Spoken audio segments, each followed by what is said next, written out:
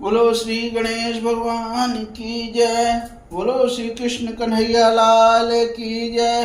बोले श्री लक्ष्मी नारायण भगवान की जय। बोले राजा रामचंद्र की जय। बोले उमापति महादेव की जय। बोले अम्बे मात की जय। बोले हनुमान जी स्वामी महाराज की जय। आप सभी मेरे प्यारे दोस्तों का हमारे इस वीडियो पर आप सभी का स्वागत है। आज हम श्रीमद् भागवत महापुराण की कथा पंचम स्कंध अथ षोडशो अध्याय की कथा सुनाएंगे। आज की कथा में है दोस्तों भुवन कोश का वर्णन। अब भुवन कोश कौन है उसके लिए आप पूरी कथा सुनिएगा। कथा बहुत अच्छी है, ज्ञानवर्धक, और कथा सुनने को आपको हमारे चैनल पर मिलेगी। अगर आप नए हो तो चैनल को जरूर सब्सक्राइब करिएगा।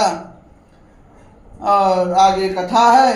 राजा परीक्षित ने कहा, मुनिवर, जहां तक सूर्य का प्रकाश है और जहां तक तारागण के सहित चंद्रदेव दिख पड़ते हैं, वहां तक अपने भूमंडल का विस्तार बतलाया है।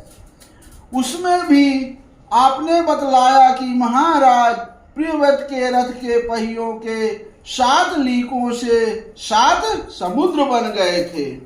समुद्र ऐसे नहीं थे, उनके पूर्वज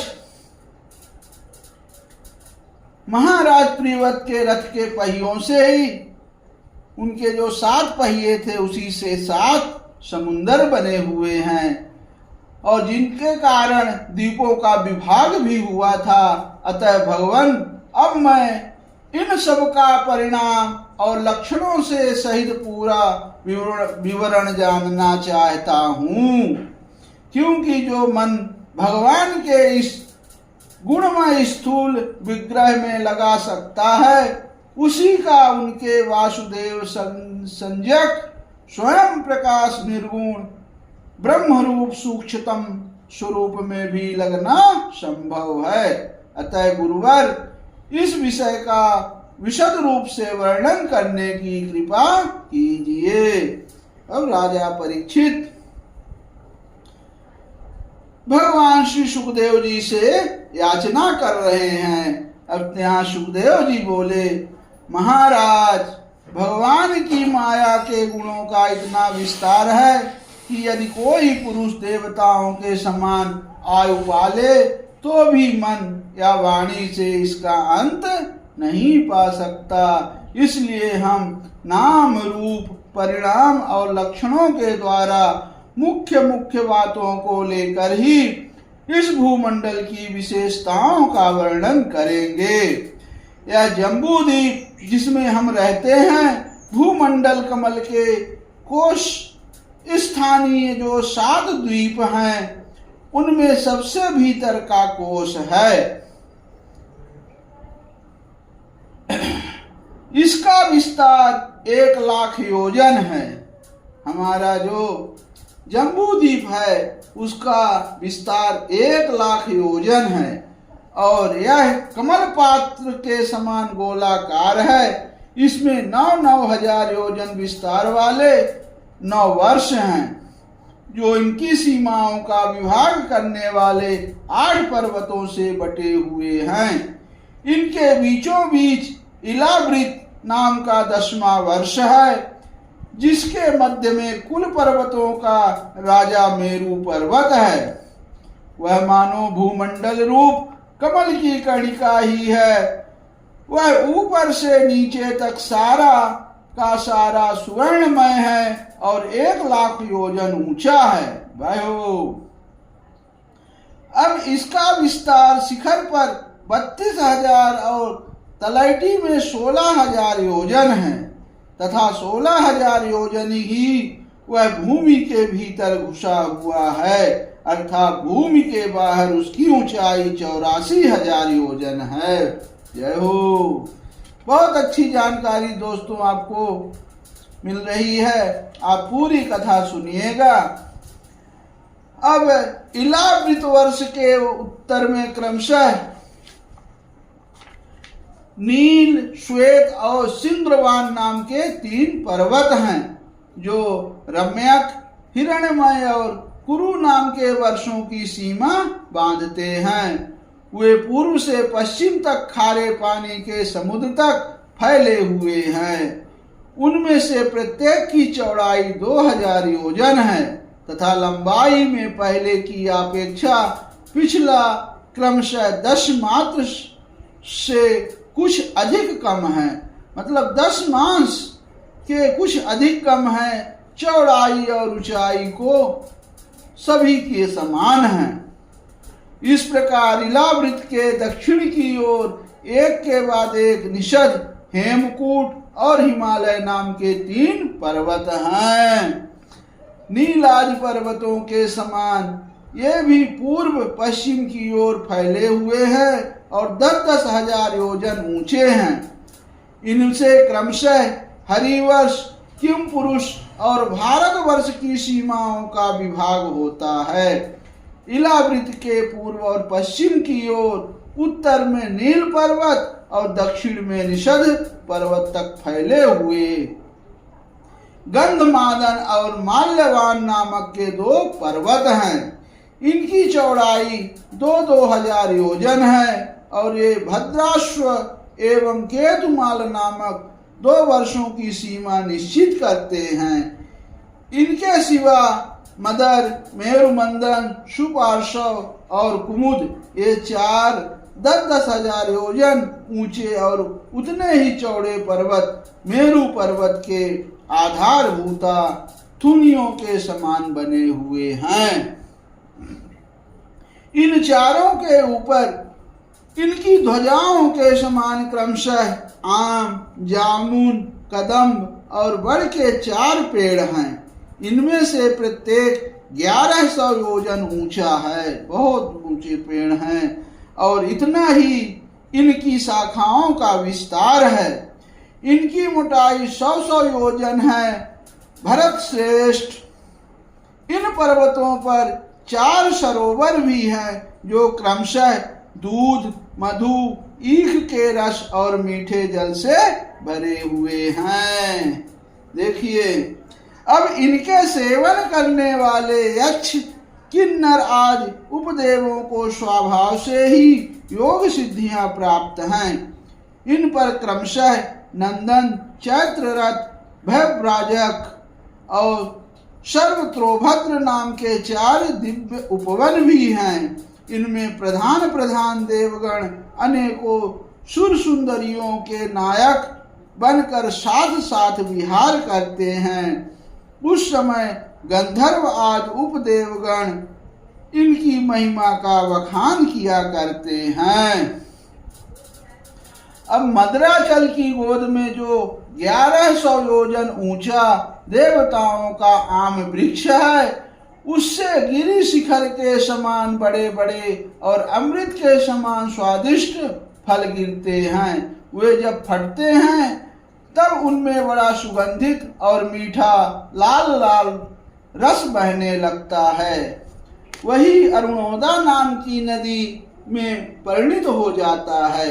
यह नदी मद्राचल के शिखर से गिरकर अपने जल से इलावृत वर्ष के पूर्वी भाग को खींचती है।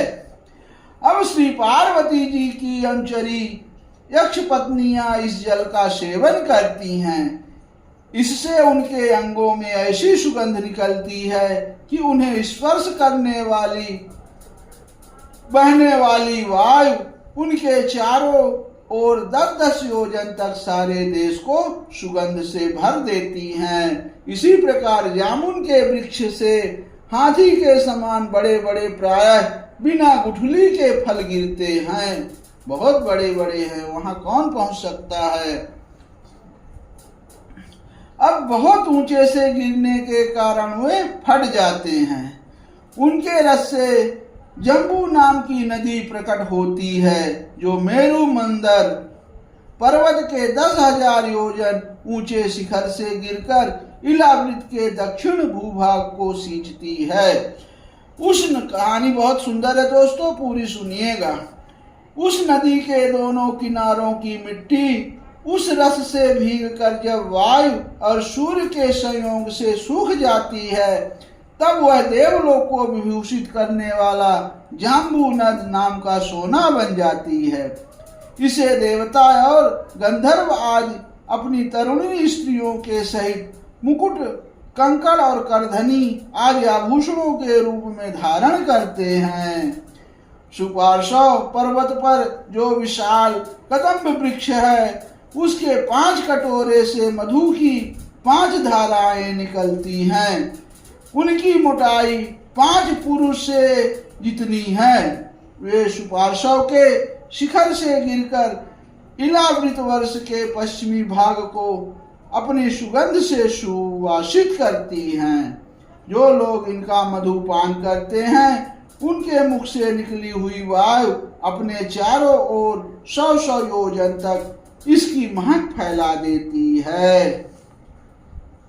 अब इसी प्रकार कुमुद पर्वत पर जो शतवल्स नामक का वट वृक्ष है, उसकी जटाओं से नीचे की ओर बहने वाले अनेक नद निकलते हैं। वे सब इच्छानुसार भोग देने वाले हैं। उनसे दूध, दही, मधु, घृत, गुड़, अन्न, वस्त्र, शैया, आसन और आभूषण आदि सभी पदार्थ मिल जा सकते हैं। ये सब कुमुद के शिखर से गिरकर इलावृत के उत्तरी भाग को सींचते हैं। इनके दुए हुए पदार्थ को उपभोग करने से वहाँ की प्रजा के त्वचा में झुर्रियाँ पड़ जाना, बाल पक जाना, थकान होना और शरीर में पसीना आना तथा दुर्गंध निकलना, बुढ़ापा, रोग, मृत्यु, सर्दी, गर्मी की पीड़ा, शरीर का कांतहीन हो जाना तथा अंगों का टूटना आदि कष्ट कभी नहीं सताते। मतलब वहाँ सभी प्रकार के एक जैसे ही, एक उम्र के जैसे दिखते हैं। उन्हें जीवन पर्यंत पूरा पूरा सुख प्राप्त होता है। बहुत सुंदर कथा दोस्तों। अब आगे कथा है। राजन, कमल की कर्णिका के चारों ओर जैसे केसर होता है, उसी प्रकार मेरू के मूल देश में उसके चारों ओर कुरंग, कुरर, कुसुम्भ, वैगंक, त्रिकूट, शिशिर, पतंग, रूचक, निषद, श्रीनिवास, कपिल, शंख, वैदूर, जारूद, हंस, ऋषभ, नाग, कालंजर और नारद आदि 20 पर्वत और हैं। अरे वाह! अब इनके सिवा मेरू के पूर्व की ओर जठर और देवकूट नाम के 2 पर्वत हैं, जो 18,000 योजन लंबे तथा 2,000 चौड़े और ऊंचे हैं। इसी प्रकार पश्चिम की ओर पावन और परयात्र, दक्षिण की ओर कैलाश और करवीर तथा उत्तर की ओर त्रिशंग और मकर नाम के पर्वत हैं। इन 8 पहाड़ों से चारों ओर घिरा हुआ स्वर्णगिरी मेरू अग्नि के समान जगमगाता रहता है। कहते हैं कि मेरू के शिखर पर बीचों बीच भगवान ब्रह्मा जी की स्वर्णमयी पुरी है, जो आकार में समचौरस तथा करोड़ योजन विस्तार वाली है। उसके नीचे पूर्वाज 8 दिशा और उपदिशाओं में उनके अधिपति इंद्रादि 8 लोकपालों की 8 पुरियां हैं। वे अपने अपने स्वामी के अनुरूप उन्हीं दिशाओं में हैं तथा परिणाम में ब्रह्मा जी की पुरी से चौथाई है। अभी ये रहा हमारा आज की कथा में भुवन कोश का वर्णन। कथा कैसी लगी दोस्तों? अच्छी लगी हो तो कमेंट करना, जय श्री कृष्णा लिखना। आप सभी को राधे राधे। इति श्रीमद्भागवते महापुराणे पारमहंस्यायां संहितायां पंचम स्कंधे भुवन कोश वर्णनम नाम षोडशोऽध्यायः समाप्तः। बोलो श्री कृष्ण कन्हैया लाल की जय। बोले श्री लक्ष्मी नारायण भगवान की जय। राधे राधे दोस्तों।